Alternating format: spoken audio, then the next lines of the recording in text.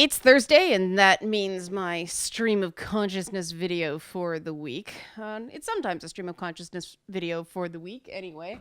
It's the day that's most likely to be one. And against my better judgment, I've decided to go with my gut today and talk about the Jian Ghomeshi trial. And the reason I say against my better judgment is this has already become a polarizing cultural phenomenon, because instead of it being, the story of a guy and three women accusing him of something, it's something that apparently says something about the culture war. And that's the part that is sticking with me. It always bothers me in these cases when they get bigger than they should be. It's a tricky case. It is, because it's for people who don't know. I'll give the full background, because it seems like some people are jumping onto this case since it's gone to trial and not followed the lead up. And if you work in Canadian entertainment, it was impossible to not follow the lead up to this trial. That's how, I'll go right out and say, powerful Jian Ghomeshi was in the Canadian entertainment scene. Everyone knew him or was aware of him. I met him 3 times. In case anybody's interested, he was dismissive to me every time. I'm not his type, apparently, thank God. But what happened was back, I don't remember how long ago it was, but there was these rumors going around. He had suddenly been dismissed. The show was put on a hiatus. His show called, I believe it's Play.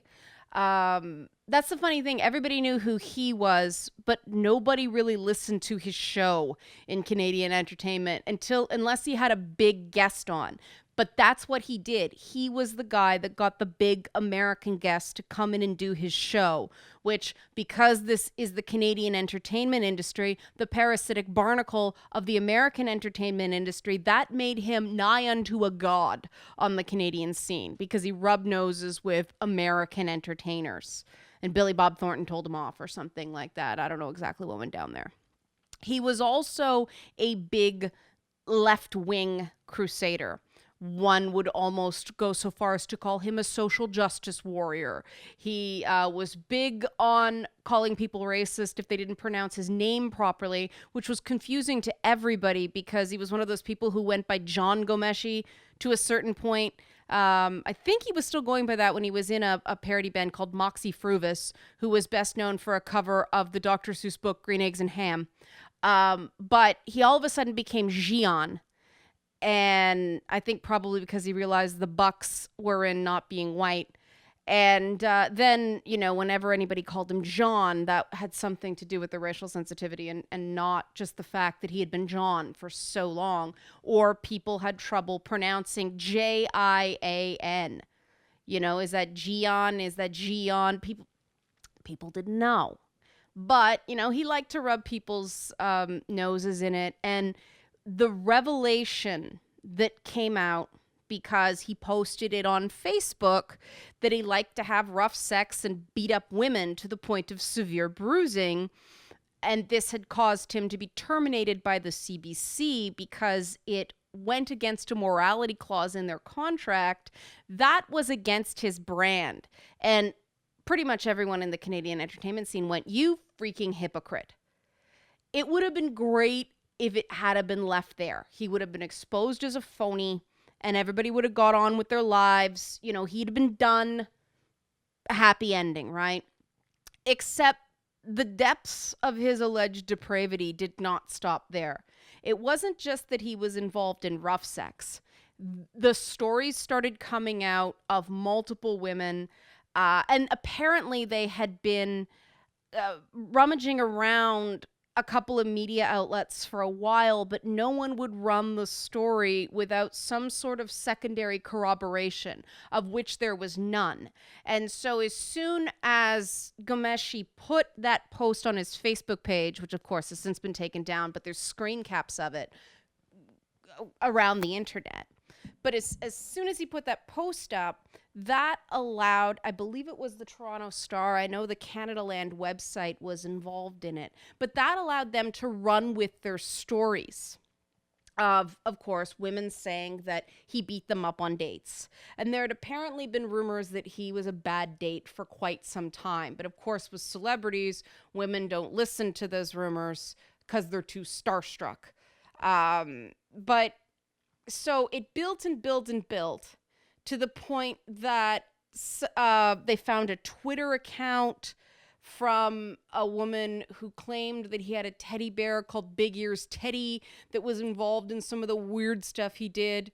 And I want everybody to be absolutely clear. I'm not judging the guy for having bizarre sexual practices. I'm judging the guy for being a phony in his public life as opposed to what he was doing in private. He was judgmental in his public life. And then he was, hey, anything goes. We're supposed to be all tolerant in his private life. That's not okay in my book. And to me, that automatically shows that he is inherently dishonest. He lied to the public for going on a decade. Okay, guys? Like, this is important to understand in terms of who this person is. He was the biggest sanctimonious outrage warrior in public, Mr. Sensitive, Mr. Leftist Male, right? And then he was wailing on chicks in private, right? Complete dissonance between what he preached in public and what he did in his private life. The problem was the stories that started coming out into the press started to sound like it crossed over the line into things that were criminal. This wasn't BDSM sex. This was outright a potential assault. And, the Big Ears Teddy thing became a meme. It got bigger and bigger and bigger until finally someone with a name, a woman by the name of Lucy Decouture, who we now know from the trial, said that she had been, smacked in the head multiple times by Jian Ghomeshi. And at that point, I believe it was either her or another woman who came forward. But about that time, that's when the police investigation had opened. But by that point, this had already been chewed around in the media for weeks because nobody thought at first when the story broke, it was going to be a story of criminality. It was a story of a guy who was a raging hypocrite. That was the original story. The fact that it turned criminal, everybody all of a sudden went, holy crap, this is serious. And then it went to trial. He hired a incredibly good lawyer because he has the money to do it. And this is another thing to keep in mind. He hired a lawyer with an aggressive cross-examination style. She is known as a pit bull. And, so the way she conducted her case was no surprise to anybody. And that's what makes what happened kind of strange. But I'll get to that in a little bit. When the story originally broke, no one actually thought he'd see a day in jail. People thought the cases were too old. The statute of limitations on battery had exhausted. And I think that's why it became a sexual assault charge, or 3 sexual assault charges, 1 of overcoming resistance by choking, because a simple battery charge is not a, I forget the term anyway, but people listening in the U.S., like the equivalent of a federal offense. Overcoming resistance by choking is. We have strange names for laws up here because of the British common law system that Canadian law came from. And so some of the older laws, the more vanilla laws, have funny names. Like perjury here is called criminal mischief. I know it sounds like, people walking around in Hamburglar outfits, criminal mischief, but that's like our perjury charge. But so we get to trial, and they have obviously gone through these women's lives. And I am not entirely comfortable going through the details that have come out from this trial because they've either come through Twitter or they've come through a media that has now been implicated in this case. And I say that because the accounts that these women, two of these women gave that were then filtered through the press, it could have been all three for all I know, but I saw the one, were used to impeach them at trial. And I had a huge problem with that because of my own experiences with the press and how often the press misquote you. Even if they have a tape recorder, even if the reporter themselves gets the quote right, an editor may shorten it for space. It's amazing the way things get turned about in the process of getting a story published. And I am really disturbed at the precedent it could set that someone's words filtered through the media, and I'm not talking a video recording, I'm talking print media. If it's video, it was there, it was said, you produced the raw tape, fine, you have context. But in a print article, you are at the mercy of the reporter. And the reporter is trying to get the juiciest story very, very quickly so they can turn around and get the scoop. Mistakes are made all the time. And it's surprisingly hard to get a correction. And this is where we get into the role of the fact that this is the Canadian entertainment industry tied in with the Canadian press and the weird incestuous small town relationship that those two things have. There's two things you learn very quickly when entering the Canadian media. Never sue anybody because you won't get a settlement large enough and you'll never work again. And never complain about the press you get because they won't talk to you again.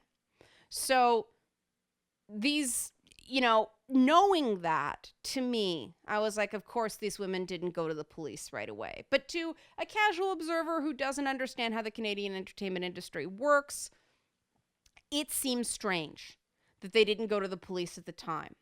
It also seems strange that, they talked to the media before they talked to the cops. Well, the media wanted to talk to them because it had become a scandal, not a criminal investigation. They didn't even consider the potential of going to the police until the cops said, no, please come forward. We want to talk to you. The cops actually did that through the press. And that's where the criminal investigation came from. But until then, I really do believe that these women had no idea that what happened to them was even criminal. And I think that's very important in understanding what comes next. And what came next, it's funny because I'm sensitized to what victims do next by two male friends of mine who were in abusive relationships, and it wrecked them, And one guy I'm still in touch with, I love him to death. I hurt that he hurts to this day. Another guy I lost touch with because that's how wrecked he was. He became self-destructive, and there comes a point where you just can't get dragged down. And it's horrible. It's horrible, but it hits men especially. And I'm going to come out and say this, especially hard, because a lot of men are silenced about abuse. They don't think that there is an option through the courts to get any sort of closure. And so, I've seen guys try to get closure in ways that to an outsider are like, that's stupid. Why would you do that? It doesn't make any sense. But then when you talk to them, it's like they were trying to get closure. And it seems freaking crazy to an outsider. It seems completely self-destructive. Well, guess what? It is. Why? Because they are abused and they're not thinking clearly. And that closure involved not staying away from somebody they very much should have stayed away from. And in some cases, being reeled back in, having future intimate encounters, everything that these women did as well in the Jian Ghomeshi trial. Now, I will have a caveat. There's one instance in particular where I think one of the witnesses outright lied by omission to the police, and you can't do that. And I think that a lot of the, gotcha emails were ones that they probably did forget about. You have to remember that these are things that they didn't happen yesterday. They didn't happen a few years ago. These are 10-year-old cases. Okay, these are things that happened in like 2003. So it's more than 10 years. So I think that probably emails that they sent when they were still sort of reeling and struggling to get, their sort of emotional mental feedback, I think they honestly did not remember sending those emails that make them look terrible now.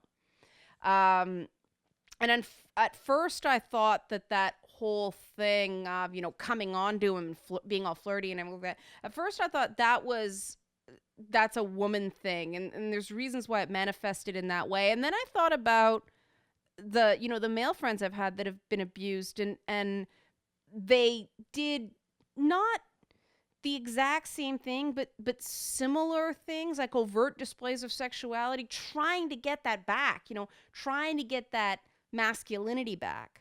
And we've got this weird divided femininity now where, for some women, femininity is being this really in-your-face, hypersexual, like really owning it. And I can separate sex and emotions. I can be raw. And I am not personally comfortable with that, because I think that a lot of times it is overcompensating, and it's not the way they really feel, and I think it can get people into a bad place. But I can only speak for me, right? There may very well be some people who are actually like that. So I don't want to judge. It's just my opinion. But, all this stuff seems really, really bad when brought up 10 years later in text, and, it's presented to them. They didn't tell the police. Oh, it seems like they're liars, but not necessarily. And so the thing with this case, right, is these are not these are things brought up by the defense to make the witnesses seem not credible. And I think that in the one case of outright lying to the police, I think there might be something there. I don't think there's any chance at this point that Jian Ghomeshi will be convicted on all charges. I would be very surprised if he was, because that, outright lying to the police, there's no gray area. She remembered the extra sexual encounter and didn't tell the cops. That's not okay. You can't do that. Even if you believe it makes you look bad, you have to tell the cops, because then it can be brought up before the defense has a chance to. And that's important, because if you bring it up, you have the ability to tell your story.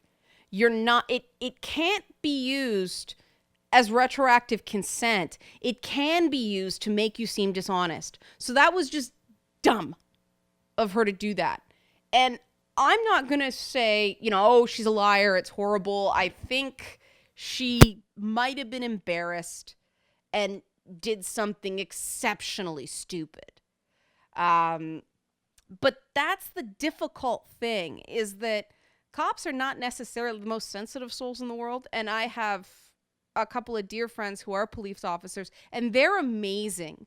But,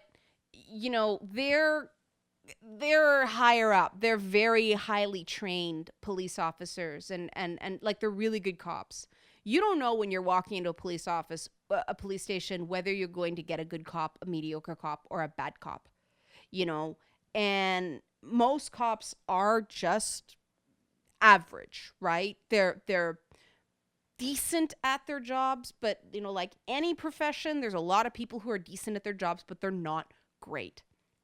And you never know how much training a police officer has. Now, I'd hope that there were some sort of sex crimes unit involved in this, but I'm not sure. And what seems to have happened here is that the cops didn't build enough of a rapport with the witnesses to get them to understand that, look, you have to tell us everything. And you can't talk to each other. Like, that's the other thing that was just it actually makes me believe the women more because they were so overwhelmingly idiotic about this. Anybody who has watched any crime TV knows that witnesses are not supposed to talk to each other. And so I think if they were actually conspiring to bring him down, as they claim, they would have talked on the phone, or they would have met in person, or they would have used some service that didn't leave a memory. They wouldn't have used freaking text messages like that. What? Nobody's that dumb, unless somebody's not thinking straight. But again, there's doubt there. Again, one of the people they've been able to establish her story has been relatively consistent for 10 years. The other one is the same one that lied by omission to the police. So again, it's another knock against her credibility. I think it's fair to say there is reasonable doubt in that case. The other two, there's doubt. The challenge for the judge, and I really don't envy the judge in this case, because it's going to come down to point of law. And unlike a jury where, there's 12 men and women that share the burden here, this judge, it's all on them. And there's no secret why they went for a judge trial instead of a jury trial in this case. Although I quite honestly think that if they'd gone with a jury trial, it would be guaranteed it would be at least be a hung jury or a mistrial. The emotion of hearing some of that stuff, I think, would have been enough to turn one person. I think maybe in retrospect, they should have gone with a jury trial.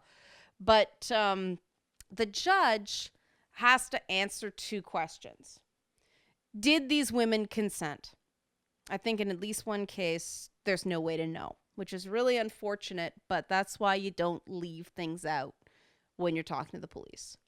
Now, the unfortunate thing is, if you don't leave things out, the police may not lay a charge.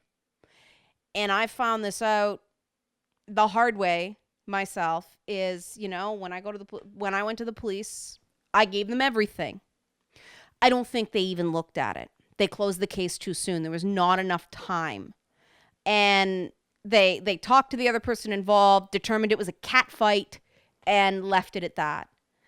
But because there was no charge laid, you in this province, which is where the case was going on, province of Ontario, if the police don't lay a charge, there are certain subsidies for victims therapy, victim services that you are not eligible for because no charge was laid. And I think that this is something that could very easily be changed, because it's not changing a law, it's changing victim services. It's changing funding for something. And the reason they do it is they don't want a whole bunch of false claims of horrible crimes to get free therapy. And my thought is, for God's sakes, if somebody is messed up in the head enough to accuse someone of a major crime that has jail time attached to it, you want that person in the system. You want that person getting therapy. That is precisely the kind of person you want in the mental health system, so that they don't end up committing a crime themselves. Because guess where people like that eventually end up one way or another? Jail. And guess what is more expensive than therapy? Jail. So the system makes no sense. That's one thing that cases like this can change, and that's why, as uncomfortable as this is, it's good to have public discussions about it.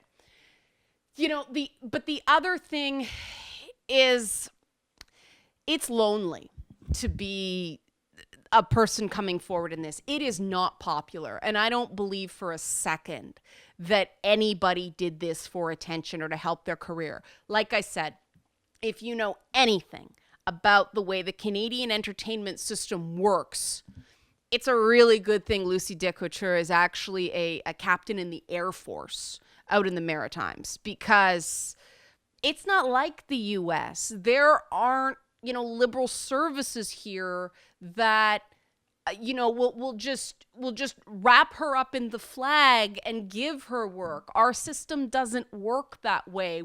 We swing liberal to begin with, so liberals are sort of the establishment, which means it's moderate. We have some extreme right-wing services, but the left-wing services, they're things like, the Huffington Post that don't pay. And, again, extensions of American media. So the next question that the judge has to decide is, could the women consent to be smacked in the head or choked?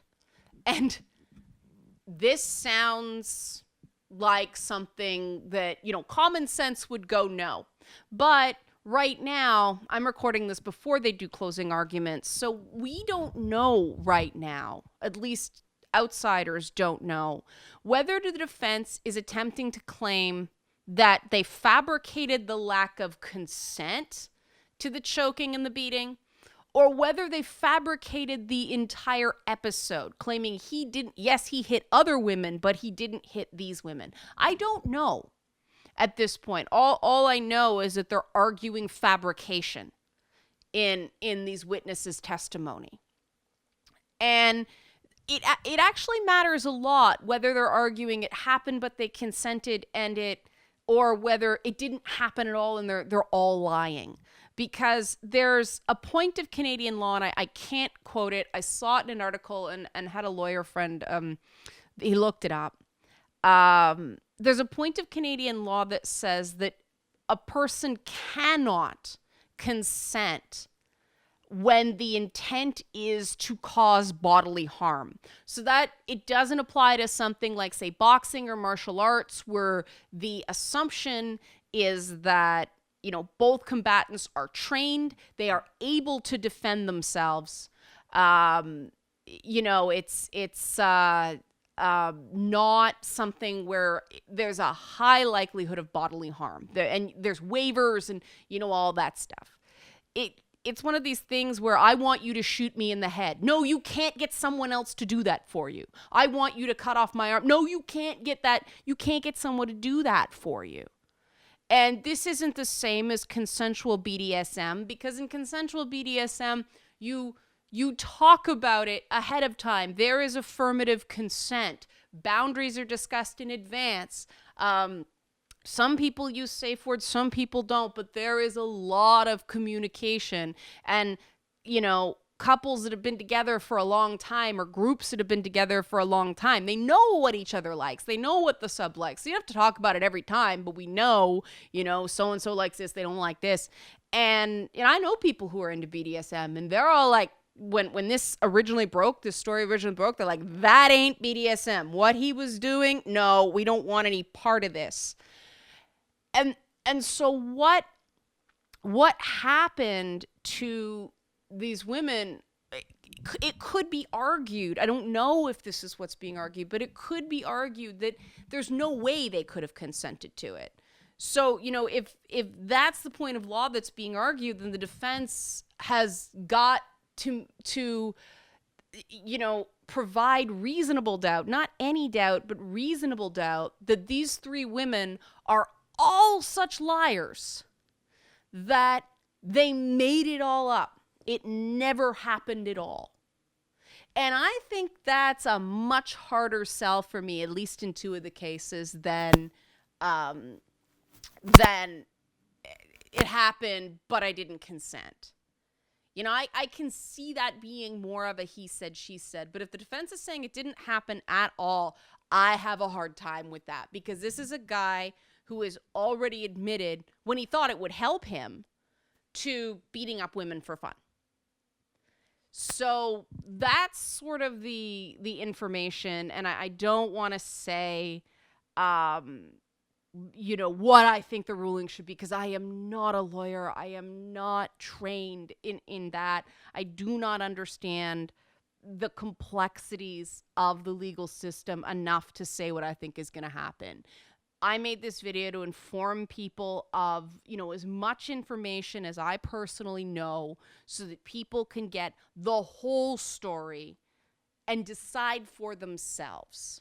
And, because there are a lot of people going, why did they do that? And I think that's going to be the big debate for a really long time, you know, and that means the victims are on trial here. That means that the complainants are on trial. And that's what breaks my heart, because in sexual assault cases, more than anything else, because there's this moral thing of your, you know, your sexual past and the things you do in your private life being aired in public, and you can't take that back, you know, because the defendant has the right to assumption of innocence, so innocent until proven guilty, and because the defendant has the right against self-incrimination, so Jian Ghomeshi doesn't have to take the stand. The only three people who were really put on trial in this case, in terms of the public hanging on their every word and scrutinizing their every word, was the three complainants. And yes, their names are protected by a media ban, but I know how the media works. It will eventually come out through some sort of anonymous source on the internet, and someone will report on the anonymous source, and they will find some way around the rape shield laws and some way around the publication ban, and these women will become known. That is my fear, because I know human nature, and human nature in a lot of parts of the world is gross. And unfortunately, some of those parts of the world are right here in Canada. And so we do need to figure out a better way, not necessarily change. I'm not saying that we should take away innocent until proven guilty. I'm not saying we should take away due process. I'm not saying we should take away the rights of the defendant, because those rights are important.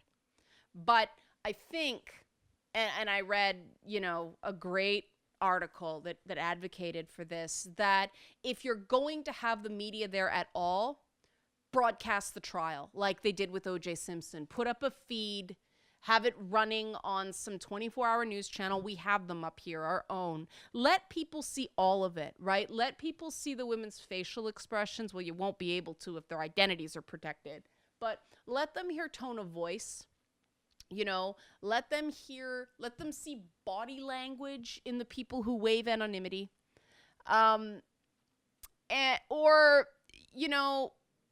don't put a media ban until after it's over.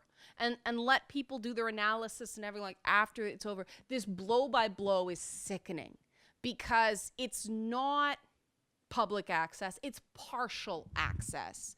And words can sound very different when somebody types them out on Twitter than they do when it's said by a rattled person who has been confronted by something they don't remember. There's a big difference between an honest person saying, you know, I'll take your word for it, I wrote that, but I don't remember writing it, and someone who's lying. There are tells when someone is lying. And some of that can be done through text, but a lot of it is body language and tone of voice and all that stuff. And we can't see that through tweets. And that's what's really bothersome about this whole thing. It's going to be an important case. I think this is actually a more important case than that, Twitter harassment case that would have been dumb if it wasn't so expensive and tragic. I mean, that was a middle-class guy who had to pay for a criminal defense attorney, not a rich dude who could afford the best lawyer money could buy, right? Different thing. But, I think this is even more important, because depending on the verdict, it'll send the sign of, unless you did everything perfectly, don't come forward. Unless you have a perfect memory of everything you did, don't come forward, which means no one's going to come forward. And it also means that rich people have a more just form of justice, a more weighted in their favor form of justice than the rest of us. And that kind of thing is what bothers me about the criminal justice system, that you can buy a not guilty. As soon as his lawyer was announced, a lot of legal analysts went, he won't see jail because she's that good. And on the one hand, I think, hey, it's great that there's a vicious criminal defense attorney who's a woman. Like, I think that's kind of cool. But at the same time, yikes. I mean, guys like this hire women, right? Because it's better optics. It's not a guy beating up on this poor victim on the stand. It's a woman fighting with another woman. But I mean, Maria Heinlein, I think that's her name. She's a good lawyer. She's a great lawyer. Can't take that away from her. And she's doing her job. Just, I really wish, the Crown side, the prosecution side, were doing theirs more aggressively. And I know it's unfair to criticize them, but you get these little details that come out that he was supposed to meet with Lucy Ducouture and afterwards, because the Crown is supposed to meet with the complainants afterwards to deprocess, because it helps with closure and it helps eliminate it helps minimize the amount of additional trauma or re-traumatization that happens. In her case, something happened and they didn't meet with her. And this was reported because a reporter for Canadaland was her support person in the trial. So she was with her, not just in the courtroom, but behind the scenes as well. And she reported that they were waiting for the Crown attorney to show up and they didn't show up. And that's the sort of stuff you gotta do. Because no matter how this goes down, everybody here has to get on with their lives somehow. And that's really the important part. And when you don't, it's just like BDSM. When you don't do the aftercare, then you start getting the emotional meltdowns and the feeling bad and all that. You have to check in, and there's going to be a lot written about this, but like I said, I just want to provide the facts. Don't shoot the messenger, guys, okay? Like, don't freak out.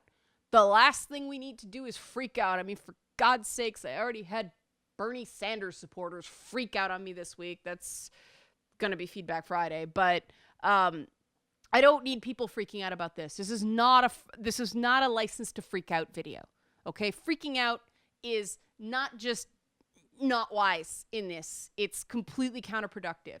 Anything you yell at me, anything you angry type at me is not going to change what happened. I am making this video to inform people and give a little bit of my 2 cents and my experience as part of that information, but I am not trying to tell anybody that they should believe he's guilty. I'm not telling anybody that they should believe he's innocent or anything about the character of the witnesses. That is up to you to decide. I'm just going out on a limb here to try to make something positive come out of a trial that has, for everyone I talk to, been just a horror show. And that's why I made this video.